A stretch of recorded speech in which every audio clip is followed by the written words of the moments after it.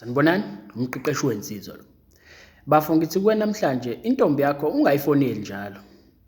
Ungayifoneli njalo, ungayi-WhatsApp njalo. Yabona mangabe uyinsizwa ezinsizweni, kubalekile wazi izinto ekumele ungazenzi nekumele uzenze othandweni lenu ukuze phela lukhule ludlondlobale luye phambili, yabo. Yabona thina nje abantu besilisa sesicabanga ukuthi intombazane kumele uyifonele njalo, kumele uyi-WhatsApp njalo. Yabo, kanti asazi ukuthi lezo zinto zinomthelela omubi, yabo, zinomthelela omubi ngoba yabona intombazane mangabe usuyi-WhatsApp njalo sesicabanga ukuthi izojabula, ikukhumbule, ikuthande kakhulu ngoba ufona njalo, WhatsApp njalo, kanti cha, akunjalo, akunjalo mfowethu. Mangabe wenze njalo mhlawumbe ngakujabulela for iy'nsukwana ezimbalwa, but mangabe uqhubeka ufona njalo, u-WhatsApp njalo, ngeke mfethu, i-attraction level yakhe kuwena izoncipha, yabo. So leyo nto kumele uyazi njengensizwa. So yabona intombazane izozama ukuthi ikuphoqe, yabo, ukuthi izozama ukukuphoqa ukuthi uyifonele njalo noma uyi-WhatsApp njalo, yabo. But wena njengensizwa kumele ukwazi ukuthi ungayivumeli leyo nto. Phela wena in charge mfethu, uyathanda awuthandi njengensizwa, wena u-driver, ithina ama-leader, akekho umuntu ongayithatha kuleyo nto. Kuthina nje abantu besilisa, ithina esilidayo esikhomba indlela ukuthi kuyale, yabo, siya-control-a, but hhayi ukuthi ube yi-control freak.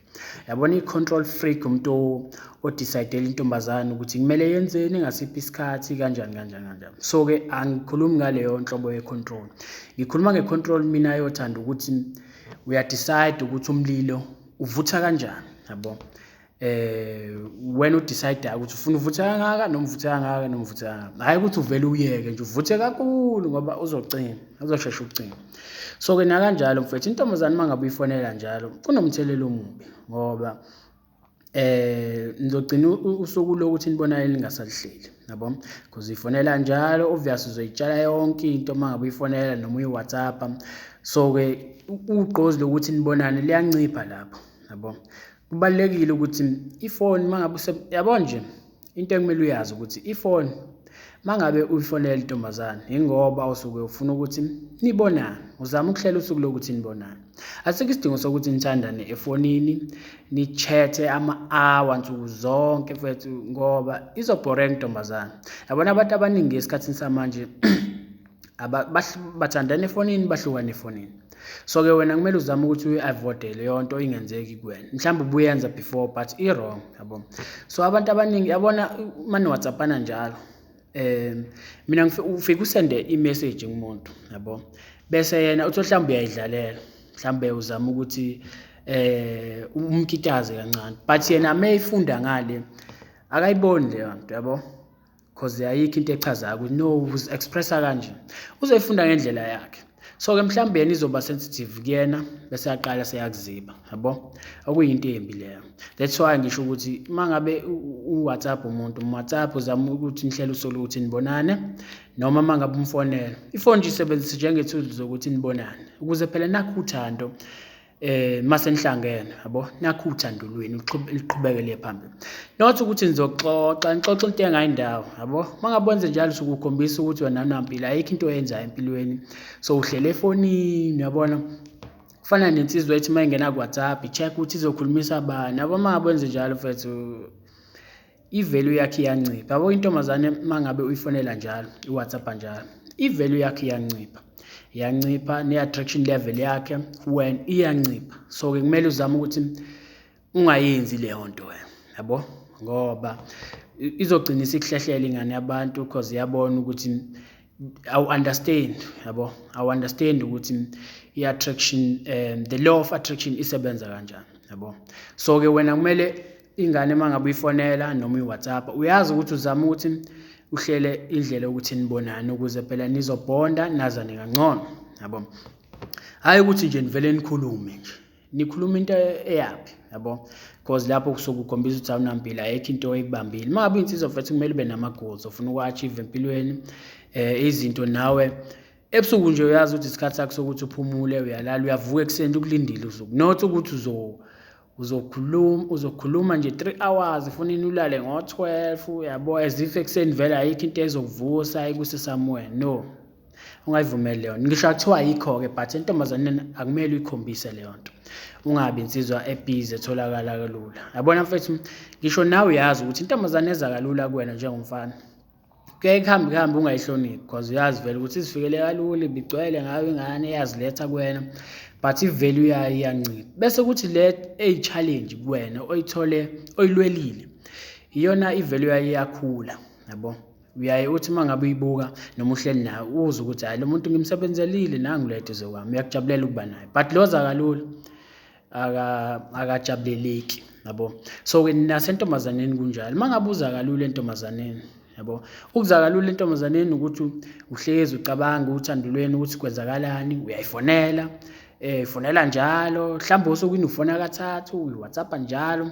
Kanti umuntu kumele umnikeze ithuba mfethu. Uma ngabe umfonelile uhlele usuku ukuthi nibonane, mhlawumbe ke sithi umfonela Monday, uhlele usuku ukuthi nibonane Wednesday.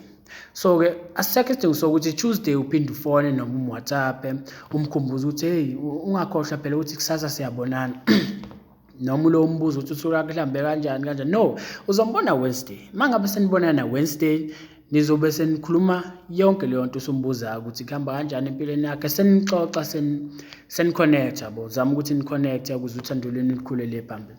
Not ukuthi uma ngabe uhlela usuku lokuthi nibonane Wednesday, Tuesday usuyaphinde uyamfonela, ungakhohlwa, usuyaxoxa, yabo, nizoxoxani Wednesday, yabo.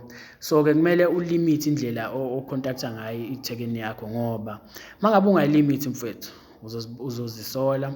Ngeke futhi ube nalento ekuthiwa i-anniversary, ngeke niwuqede unyaka, niyohlezi mhlawumbe ama-relationship akhe last 4 months, 5 months, 3 months, because wena u-understand ukuthi wena ophethe iy'ntambo, njengensizwa wena ophethe iy'ntambo emele ucontrol ukuthi kuhanjwa kanjani, wena inkombandlela, yabo. But hayi ukuthi i-control ingane yabantu ube yi-control freak, uyi-decide-ele ukuthi kumele yenzeni ngasiphi isikhathi. Cha, ngikhulumi kanjalo.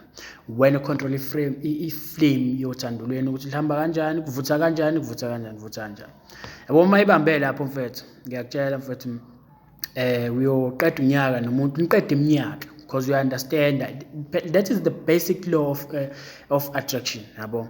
Ukuthi umuntu asikho isidingo sokuthi, yabo, uma ngabe nithandana asikho isidingo sokuthi nikhulume every day, yabo. Asikho isidingo salokho. Intombazane izozama ukuphoqa ukuthi nenze kanjalo, but wena njenge-leader yothando, wena kumele uyi-avoide leyo nto, kube wena odecide ukuthi kuhanjwa kanjani, yabo. But hayi ukuthi udecide-ele yena ukuthi aphile kanjani. No, angisho kanjalo, yabo. Once wangabi leader othandweni njengomuntu wesilisa, wayekela intombazane eyalida, azi ukuthi leyo bus leyo iye win yokuphonsa wena mfethu, ngoba wena kumele ubambe i-steering njengomuntu wesilisa, ukhomba indlela ukuthi kanjani, kiyiwaphi, yabo. Ibukele kuwena intombazane.